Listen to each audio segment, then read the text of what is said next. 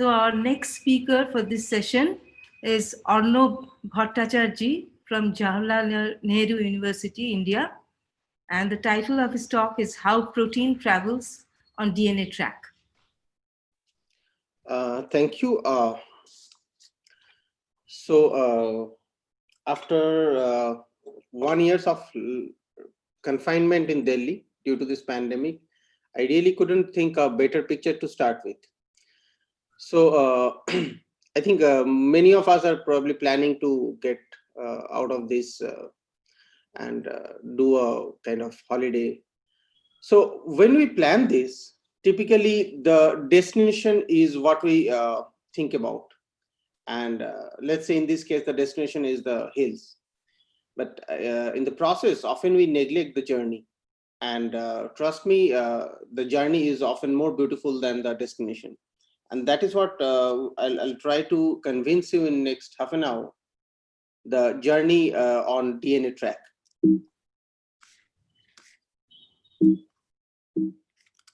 So in our case, this is the destination, which is a specific protein DNA complex, which is inherent to different DNA metabolic processes, starting from transcription, DNA repair, and many other DNA metabolic processes.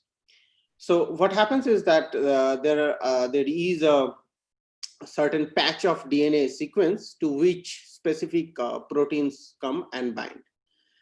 But as I said, that journey is often beautiful. So we typically use molecular simulations and analytical approaches to understand how this protein reaches this site, this target site. And that is how we look into the journey. So if you see the in vivo condition, it's not really simple. And specifically, you can see that lots of other hindrance you can face when you try to travel.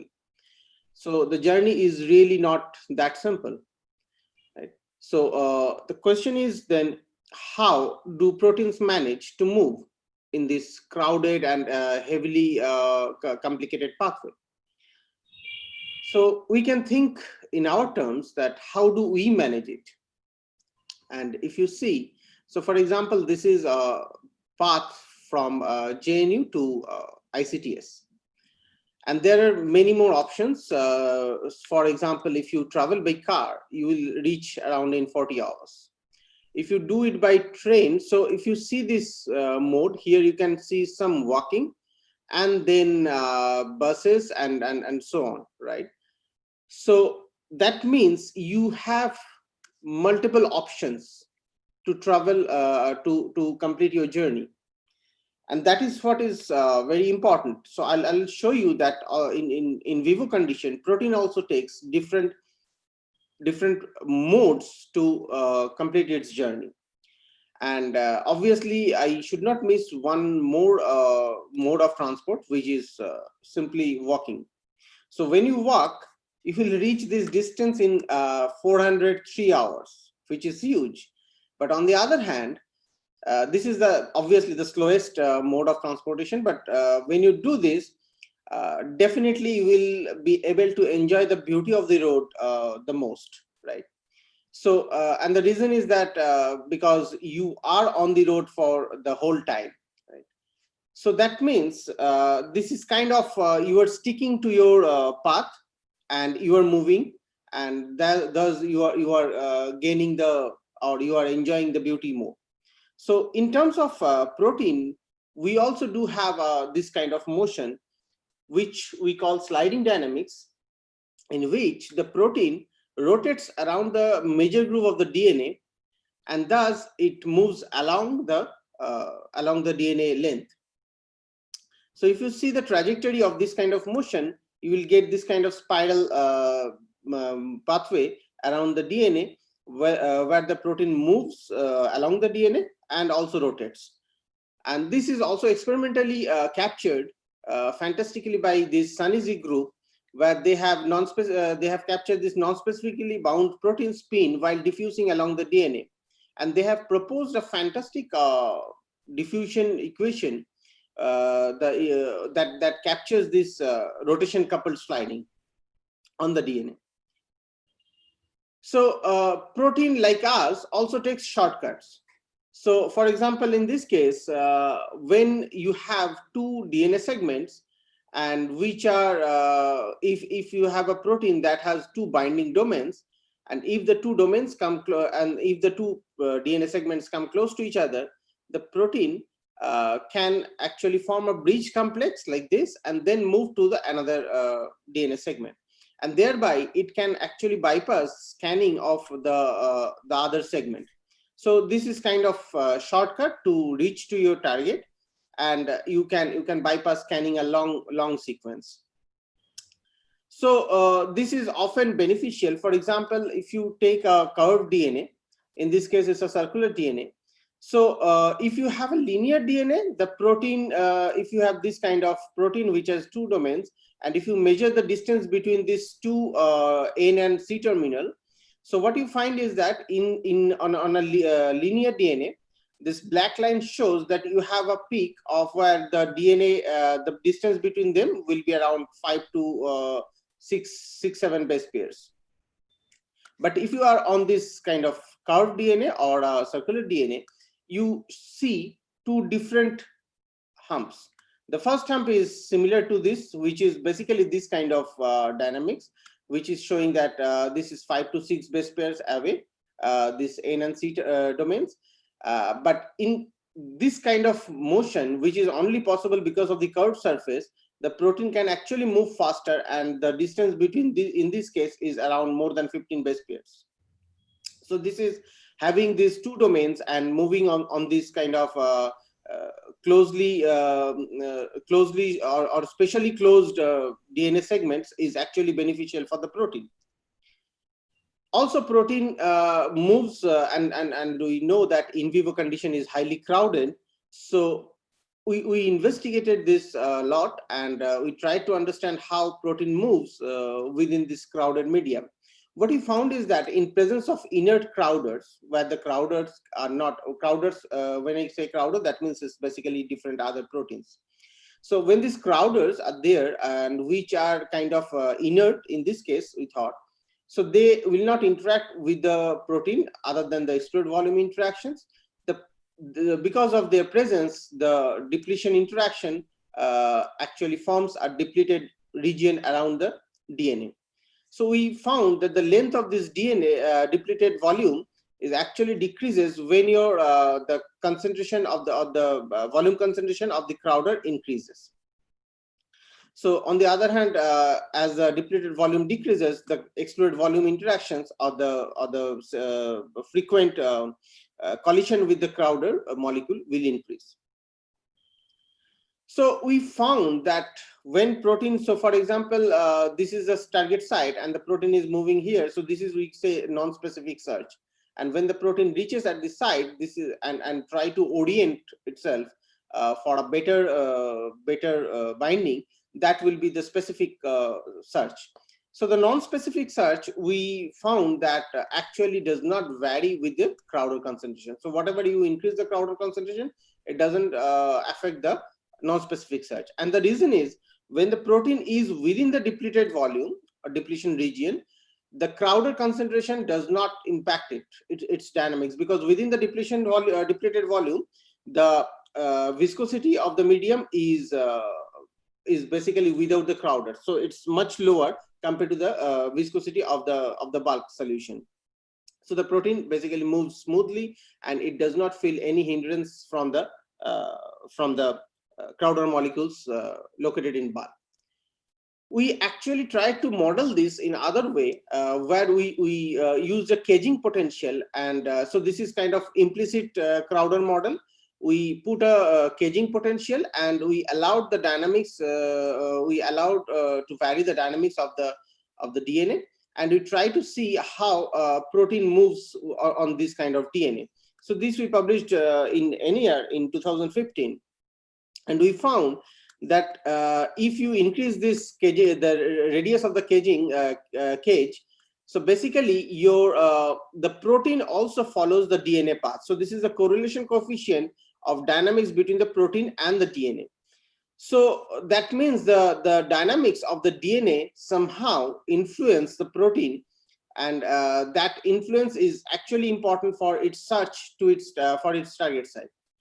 So this was published in 2015, and recently this was actually validated in a JPCL paper through an experiment where they used this kind of lambda DNA, and they found out that the rouse time of the DNA actually correlates with the diffusion of the protein, and they said that this internal dynamics of the DNA is actually influence the protein dynamics, and they are highly correlated.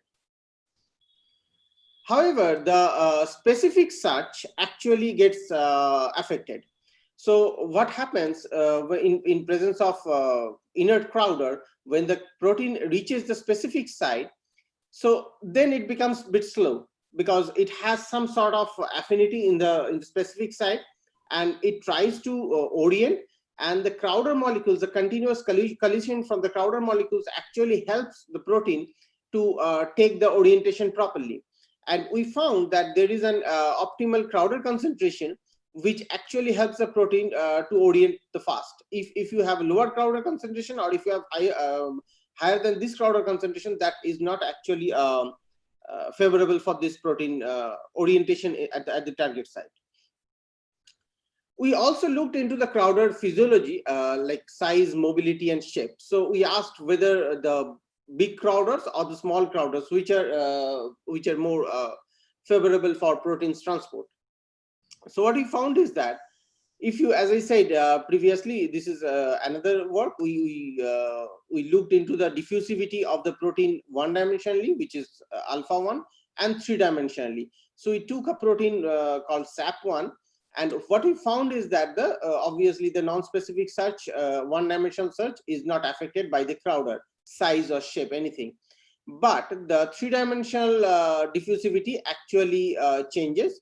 And what we found that the diffusivity drops at a radius of Crowder, which is very much comparable to that of the diffusing protein.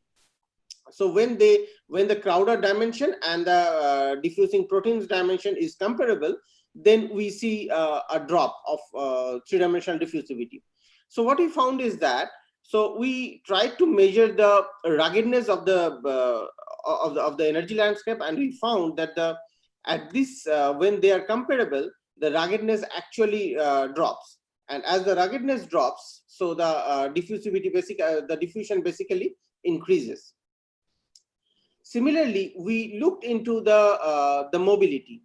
So we basically increase the mass of the Crowder molecules, and we try to see what happens, and we again see when alpha 3 increases, where the at this position, which is basically around 10 kDa, which is very much comparable to that of the diffusing protein again. So we try to look into this. What happens is that when protein moves three-dimensionally, if you have a very fast moving Crowders, that is the mass is very low, so their dynamics is of completely different scale compared to the diffusing protein. So that really does not affect the dynamics of the protein. On the other hand, if the Crowders are extremely heavy, they are like static Crowders. So again, their dynamics is doesn't affect the protein. But when they are comparable, we found that it affects the most, and it basically hinders the three-dimensional search the most. But always the Crowders are not inert, and in most cases, actually in vivo real condition, the Crowders has some sort of interaction with the proteins. So we call this as a loving crowd, right? So we try to look into the role of this when this protein and Crowder interaction is present, and what we found is that the three-dimensional diffusion decreases, which is obvious, because if you try to move in the bulk of the DNA, so in presence of attractive Crowders, your movement will be restricted and it will be slowed down, which is expected. But on the DNA, we found a non-monotonous increment with the attractive strength of the Crowder protein interaction. So we try to investigate why this is so, because if you see, if it is the attractive strength is very low, it does not, the diffusion actually increases slightly and reaches a maximum, and then it goes down. So what we found is that when the Crowder molecules has some sort of affinity, So there are different kinds of motion. So this is a case where the Crowder has really very low affinity for the protein, and the protein does basically it jumps on the DNA, which we call kind of hopping motion. So the protein is moving on the DNA. But when you have a bit of affinity, and definitely not very high, medium range of affinity, so what happens is that the protein is still within the depleted volume, but it moves, and basically the Crowder molecules carry the protein. And thus, what happens, the protein does not need to face the ruggedness of the DNA energy landscape. Rather, it moves slightly away from the DNA, but still close to the DNA, and it is mostly carried by the Crowder molecules. So what we found is that if you have this hopping, the dynamics close to the Crowder, you have a very high diffusion coefficient, one-dimensional diffusion coefficient, compared to when you are close to the DNA. That is the hopping. And also we looked into the ruggedness of the landscape, and we found that at this strain, the ruggedness is the minimum. So when you are slightly away from the DNA, but you still feel the DNA, and you are mostly carried by the Crowders, the ruggedness decreases, and therefore your diffusivity increases, which is also experimentally verified or not at least reported in one of the NER paper in 2015.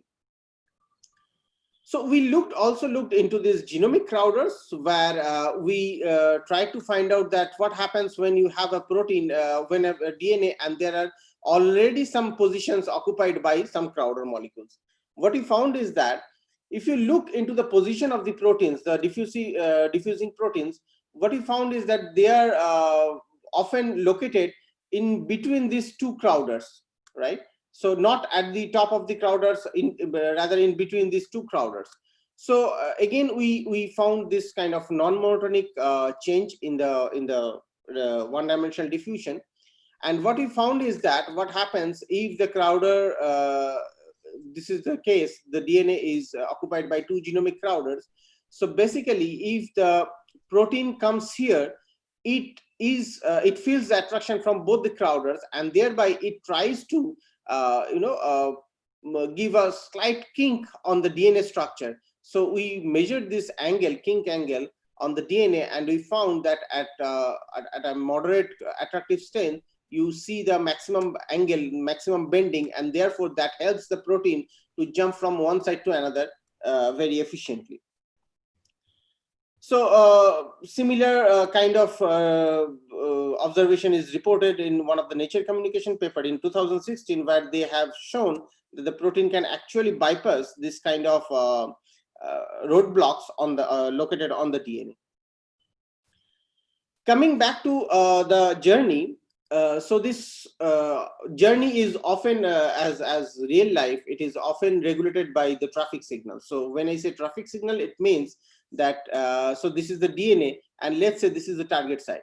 So what happens, as I said, this is a specific DNA sequence, and obviously a similar kind of sequence, not 100% similar, but very close to that, similar kind of sequence can be found in many other places. So the protein can often mistake and take these sites as a kind of, these are pseudosites, although the protein doesn't obviously it doesn't know that this is a pseudosite. So it tries to probe these kind of sites, and these are basically signals. So it kind of slows down the process, slows down the journey of the protein. So there is a hypothesis that if you have this kind of sites, many on the DNA, it basically pulls the DNA on the DNA track. So this is kind of antenna effect. The protein senses these sites from the far, and it comes on this, lands on this side. But landing, while it is beneficial for the protein to be on the DNA, but this kind of sites basically slows down the journey. So there is a hypothesis that call that if you really like to reach the target site fast, you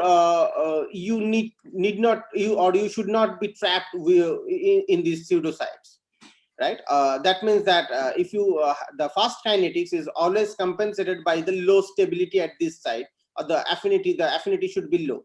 On the other hand, if the affinity is more, you cannot have a fast kinetics. So this is called speed stability paradox. And recently, we tried to investigate whether this speed stability paradox is really holds true for all the cases. So we tried to investigate a protein search on a nucleosome. So what we shown here is that, and on nucleosome, if you see, there are two different kinds of proteins. One is called pioneer factor, one is called non-pioneer factor. So the pioneer factors are a class of protein, transcription factor rather, which can associate with the nucleosome even when the nucleosome is completely in a wrapped state. So that means the DNA is completely occupied by the histone proteins, and it can associate, and it can somehow partially help to open the DNA segments partially, which basically kind of gives some permissive states to other non-pioneer transcription factor to enter or invade nucleosome and search for its target site.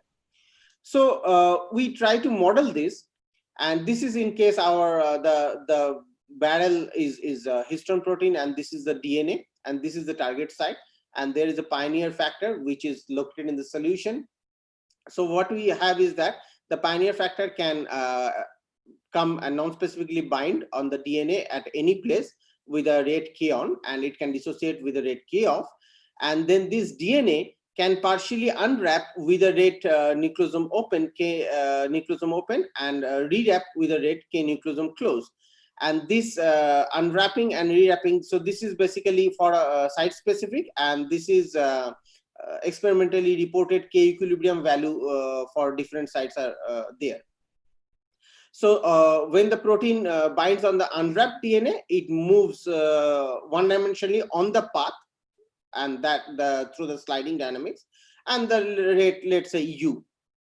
So this is a kind of search process for the pioneer. And non-pioneer, obviously, when the protein, as I said, the non-pioneer cannot associate with the DNA when it is in closed state.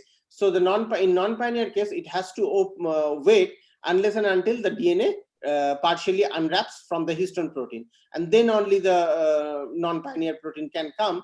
And also, when the non-pioneer protein is there and it rewraps again, the non-pioneer protein is kind of kicked off from the DNA surface, and it goes back into the solution.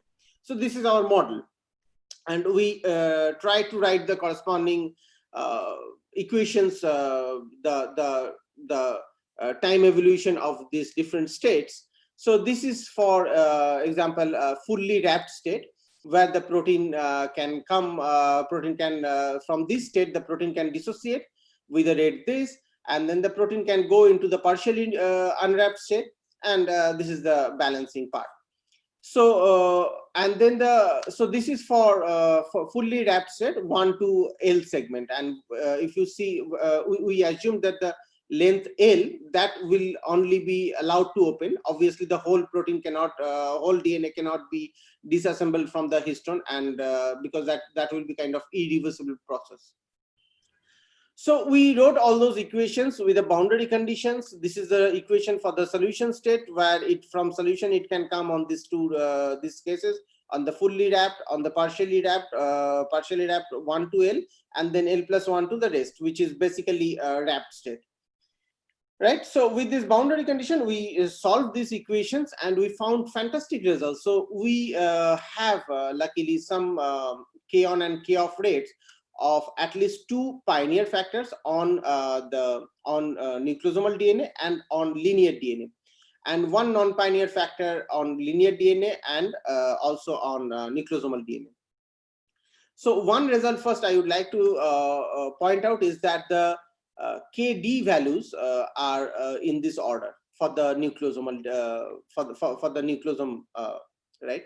So which means that the transcription factors which are pioneer in nature, they have higher affinity compared to that of the non-pioneer factors. Now, if you look into the target search time, what we found is that, so this is the target search time on the linear DNA, and if you see, the pioneer factor are taking more time or much higher time compared to the non-pioneer factor. But in case of nucleosome, you see that the pioneer factors are orders of magnitude faster compared to the non-pioneer factors at different sites, obviously. So that means the pioneer factors are faster, although their affinity is higher compared to the non-pioneer factors. So this is a report that we submitted, where we argue that speed stability paradox is not necessarily true for all the system, and specifically when you consider nucleosome dynamics, then this affinity could be actually beneficial for the protein. And how we will try to explain here. So what we found here is that if you increase the nucleosomal open rate for a pioneer factor, your search time goes down.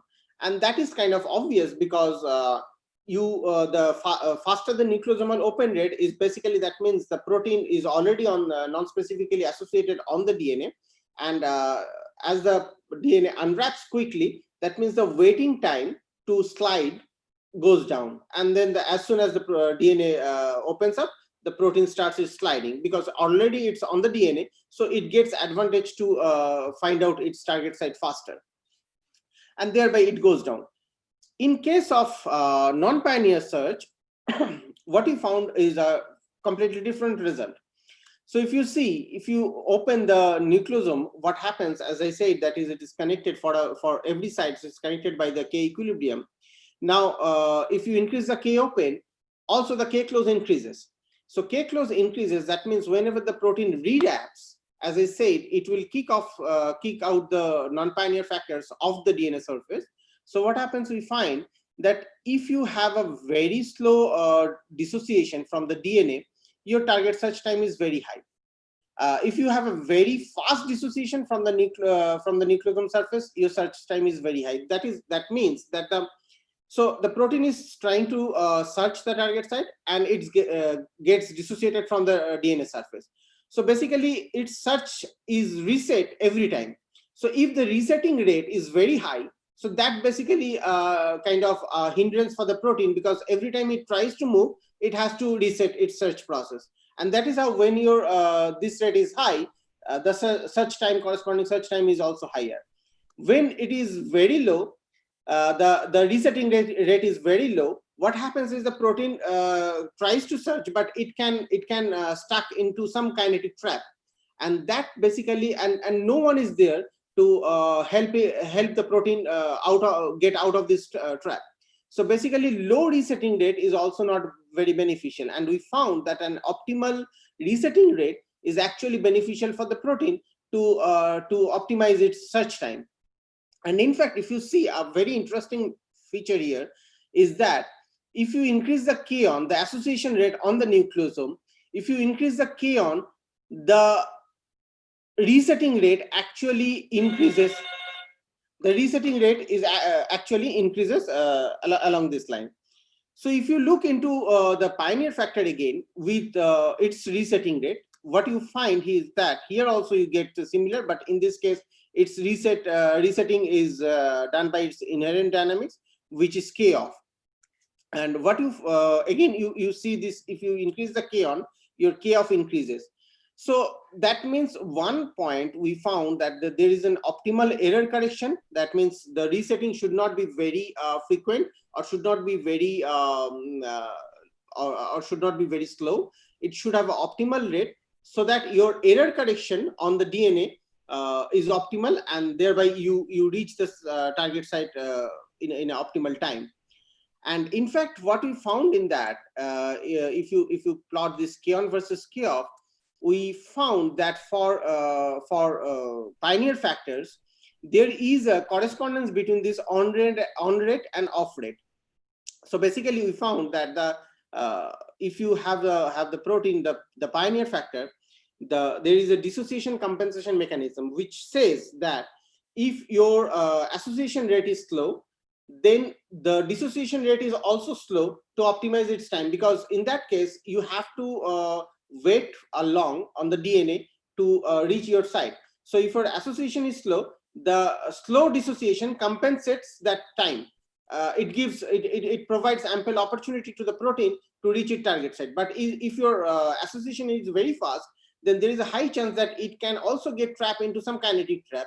And to get out of that, it needs a higher dissociation rate. So there is a dissociation compensation association, which actually enables, and which is only present in pioneer factors, that enables is to or makes these kind of proteins enable to invade the nucleosome, which is not present in non-pioneer factor, which is the lexe in this case. So that is what we reported, and I will try to quickly. I have some time, I guess. Yeah, I Yeah. think. So in next 5 minutes, I'll try to show you that there is a different path, movement of protein on a different path, which is in this case for single-stranded DNA. So this is a protein called RPA, replication protein A, and this protein is involved in many DNA metabolic processes. The most important part is that this protein interacts with the ssDNA or single-stranded DNA, and single-stranded DNA, as many of us know already, that this is highly vulnerable to chemical degradation and forming secondary structure. So this kind of protein provides stability to this ssDNA. So this protein interacts with the ssDNA, and interesting fact is that when it interacts with a long ssDNA length, it participates in DNA replication. When it interacts with the shorter DNA ssDNA segment, it participates in DNA damage repair process. So just change the DNA length, and the protein, the same protein, same kind of DNA are behaving or working for two different pathways. So we try to understand that why this length dependent RP activity, how this works. So we really model this system from scratch for this ssDNA and the protein. We tested on many proteins and the DNA, and thereby we parameterized the whole model. What we found is that when you have a short DNA, the DNA binds with the protein fantastically, and you get a nice minima where so basically we divided these two sides, like this is arm1, this segment, and the other half of the DNA is arm2, and we found they form nice contacts and a nice minima. In case when you have a longer DNA, we found there are two different energy minima. One state in which this arm has formed contact, which is arm1. You can see high contact on arm1, but arm2 contacts are not yet formed. So basically this segment remains flanking, and this kind of assumes a linear shape, which a linear report experimental evidence is there, which says that DNA can be linear, can assume linear shape on this kind of protein, but how the shape or the mechanism is not yet known. So we first proposed this, that this assume this kind of linear shape, and then it transfers to this step like this way and makes this horseshoe shaped conformation assumes. So a couple of observations here, that this the free energy change in this process, the difference between this state and this state is marginal, and also this state in this state is around 0.7 kilocalorie per mole.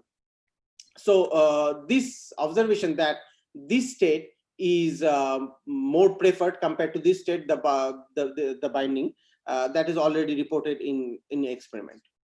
So our result is completely consistent with that. So we try to investigate how protein moves on this, or how DNA moves on this kind of protein. What we found is that, so this is for the small protein, and if you see the small protein, you see, so when the small protein binds with this, so there are lots of this kind of bulge formation, right? And this bulge actually moves along the DNA. So we try to locate this bulge around the time evolution, and we saw that this bulges actually move along with the time, right? So that is how this bulge moves, and slowly the DNA takes a proper orientation on the protein and binds with it. However, if you see for the longer DNA, we see that the bulges are mostly static, and in fact, so this is on arm1, so that means this part. On arm 2, for a long time, you do not observe any bulge formation, which again signify that this the arm 2 of the DNA remains kind of flanking on the three-dimensionally. So after that, again, the bulges are quite static. So if the bulges are static, then the question is how the DNA actually binds with the protein and how it moves. And our another report is says that we try to, so this is the kind of if you could A domain, and this is the D domain. We find that the association on the D domain, A domain, so this is the A domain, it increases with the DNA length. So that does not really cannot be explained with these static bulges. So what we found, this is the last slide, what we found is that there is a cooperativity. So if the arm 1 contacts formed, after that arm 2 contact just falls on the DNA, it's kind of fly casting mechanism, and basically the corresponding Hill coefficient increases with the length of the DNA. So we show that the diffusion coefficient, one-dimensional diffusion coefficient of the DNA actually increases with this. Because of this fly casting, the other half actually falls on the protein and binds very quickly. So that is how, if the length of the DNA increases, your binding increases a lot. So quickly, the conclusion is that we saw this kind of repetition dynamics on the shorter DNA, but on the case of longer DNA, we see this kind of fly casting mechanism, which helps it to bind faster, and that is how it explains why the longer DNA, which are chemically vulnerable, and therefore it needs to bind faster on the DNA, on the RPA protein. So how it manages to do that is through this kind of mechanism. So thank you. We are enjoying our journey, and all the work that I shown here are done by these two PhD students, Anupam and Pinky, and this is the funding agency. And thank you very much. I'll be happy to take questions. Thanks, Arnab Bhattacharjee, for a nice talk. So now the floor is open for discussion and question and comments. Arnab, Prabal here. Yes. Yeah, I have a couple of questions. Let's start with the last part. Go back to your previous, this one here. So this, when you are talking about protein motion in a single strand DNA track like DT25 or DT62. Right. So here I do not find any motion of protein as such, but rather I find lot of motion for the DNA itself. Is that true? Yeah, the protein in this case is it has, as I said, if you see, it is composed of these 5 domains, and the protein is really very heavy. Yeah. Compared to the DNA segment. So the protein moves, but its movement is negligible compared to the DNA. So in our case, we made it dynamic.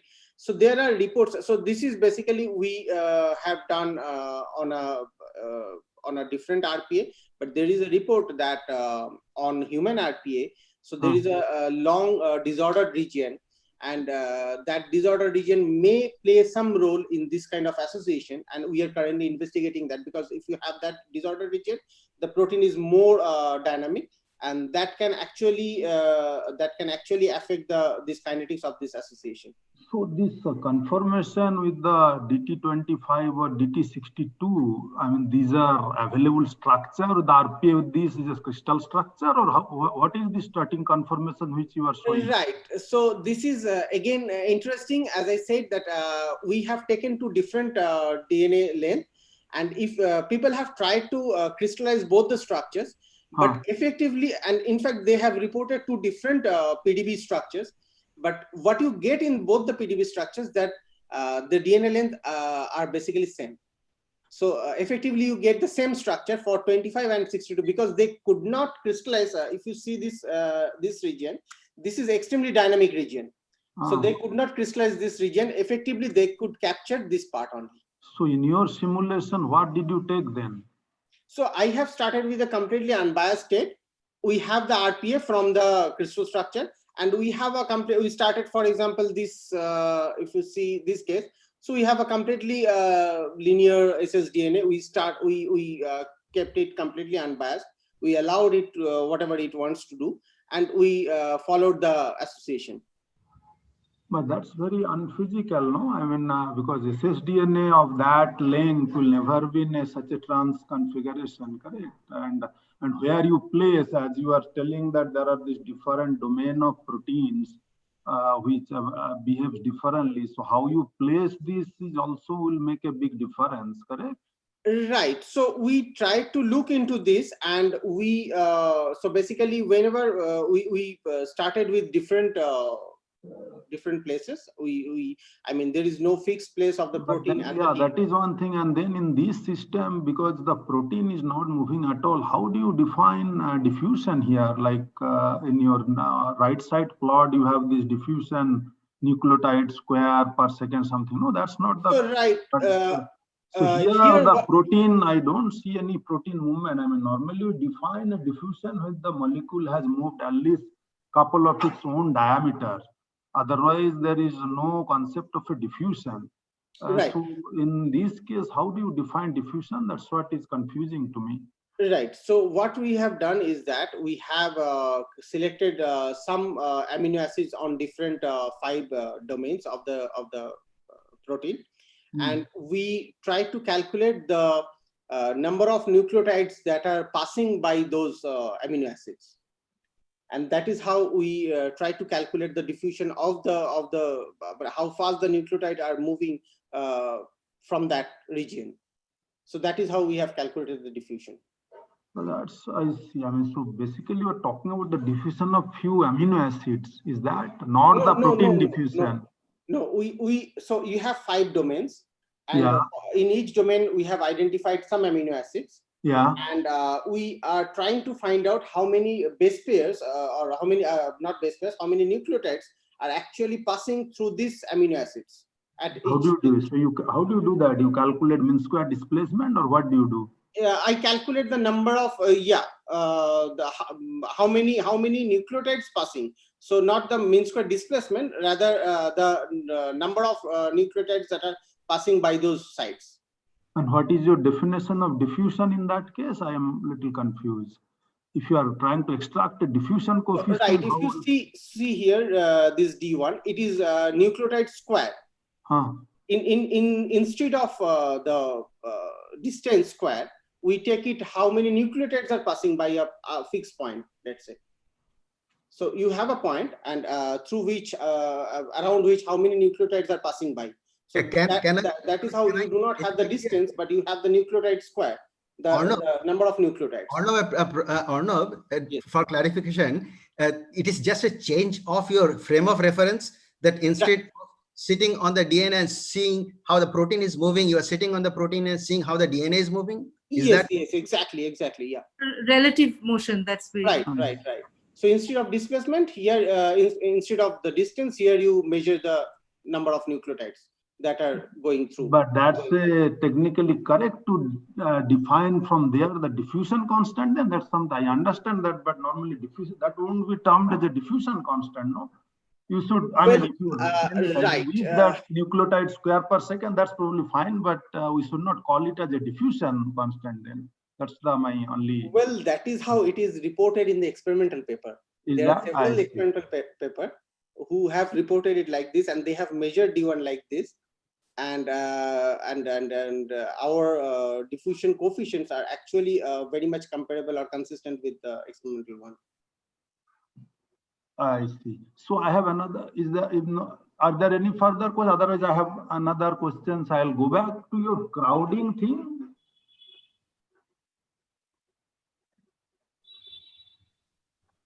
Yeah. So here, no, this one. Go next one. Yeah, here. So you are talking about this depending on the crowding. So what are these crowder? They are also proteins, correct? Yes, but to be computationally efficient, these are spheres.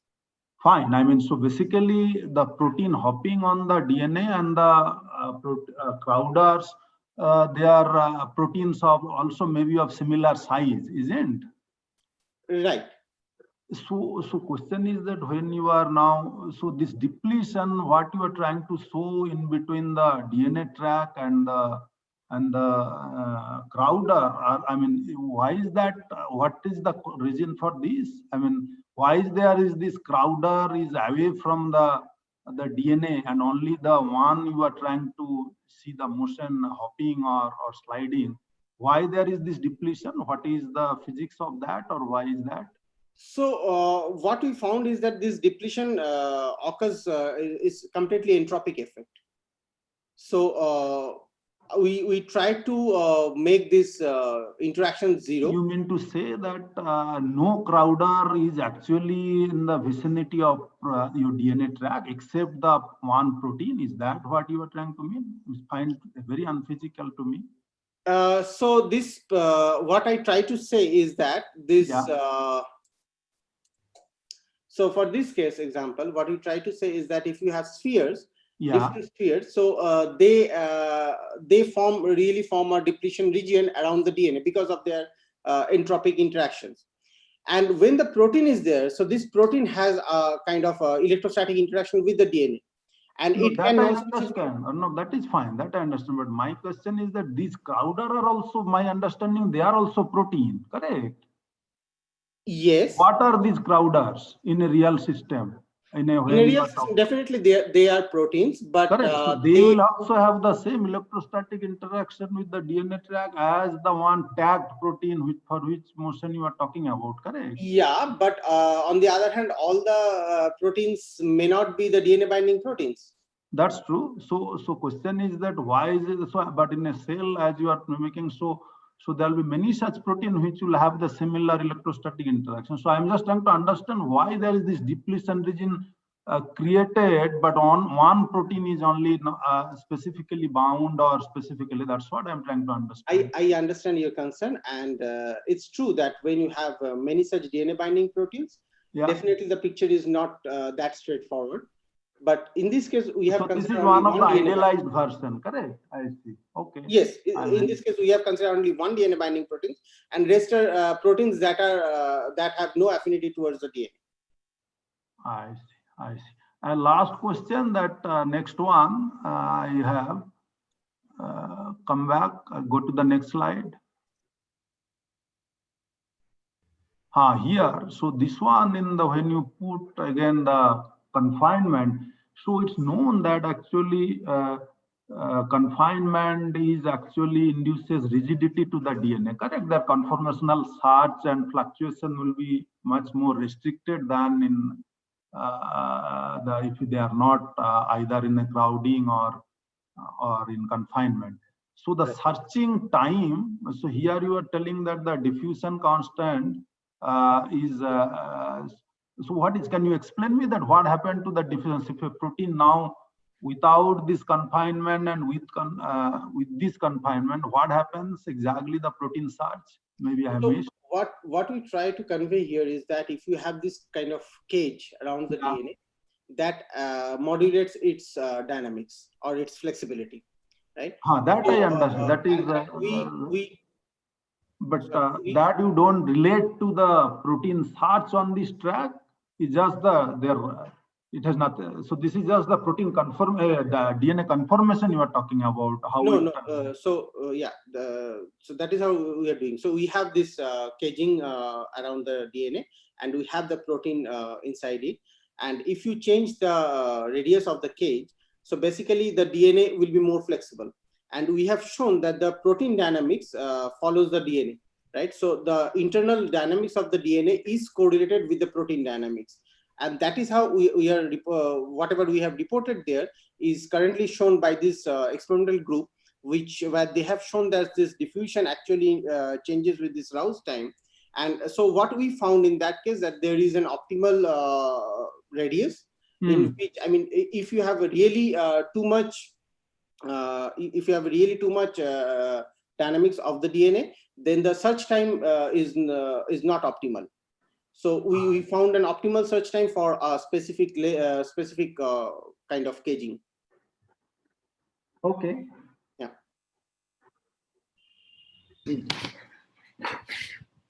There's some more questions. Yes, actually, so you are modeling this crowder as a beads. So what is the like interaction? So are you only considering LJ between beads, or are you also considering electrostatic? And what is the interaction among beads and between the beads and the DNA? So which So, is right. I have shown here two Crowder models.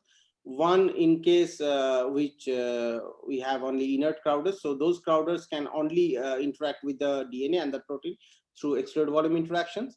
And the other one in which the Crowders are allowed to interact with the protein and the DNA through a weak LJ potential. So one can also like tune this interaction and see the effect, like how is the motion. Yeah, so that is what we Depending upon the strain. right. So that is what we have done this case, right? So if you change the attractive strength between the Crowders and the protein, so Yeah. you can see this, there is a change in the non-monotonous change in the one-dimensional diffusion. Okay, thank you. Are there any more questions? I have one question on speed versus stability thing that you did. So there is a particular time domain where it becomes more efficient, right?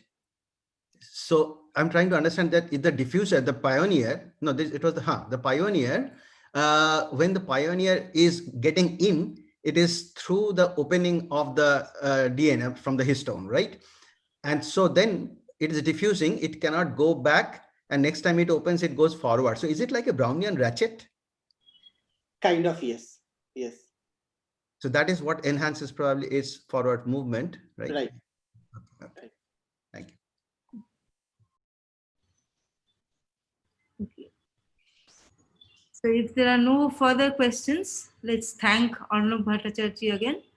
And now we'll end today's morning session and reassemble in the afternoon at 5 p.m. IST.